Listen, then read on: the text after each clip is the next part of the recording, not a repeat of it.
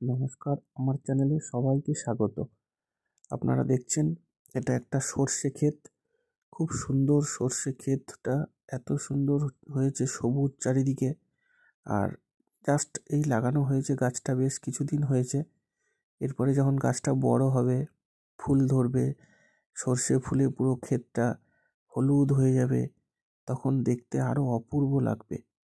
শীতের এই সর্ষে ফুল আমরা সবাই জানি কম বেশি যে খুবই সুন্দর, এবং এই সর্ষে ক্ষেতের মধ্যে দাঁড়িয়ে ছবি তোলা বা আরও বেড়ানোর খুব ভালো একটা সুন্দর জায়গা।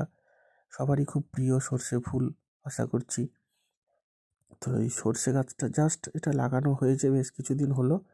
এরপর আস্তে আস্তে বড় হয়ে ফুল ধরবে। এখনও অনেকটাই সময় লাগবে, সেটা আবার পরের ভিডিওতে দেখাবো। যখন ফুল ধরবে তখন আরও সুন্দর লাগবে। তো এটা এই পর্যন্তই আজকে। সর্ষে ক্ষেতটা দারুণ। এই হচ্ছে শীতের একটা মরশুমি ফল, কমলা লেবু। এটা হচ্ছে দার্জিলিংয়ের কমলা লেবু। যেমন দেখতে, খেতেও ততটাই সুন্দর, অপূর্ব স্বাদ, খুব মিষ্টি। দার্জিলিং কমলা, এটা এই সিজনেই আসে, সব সময় পাওয়া যায় না।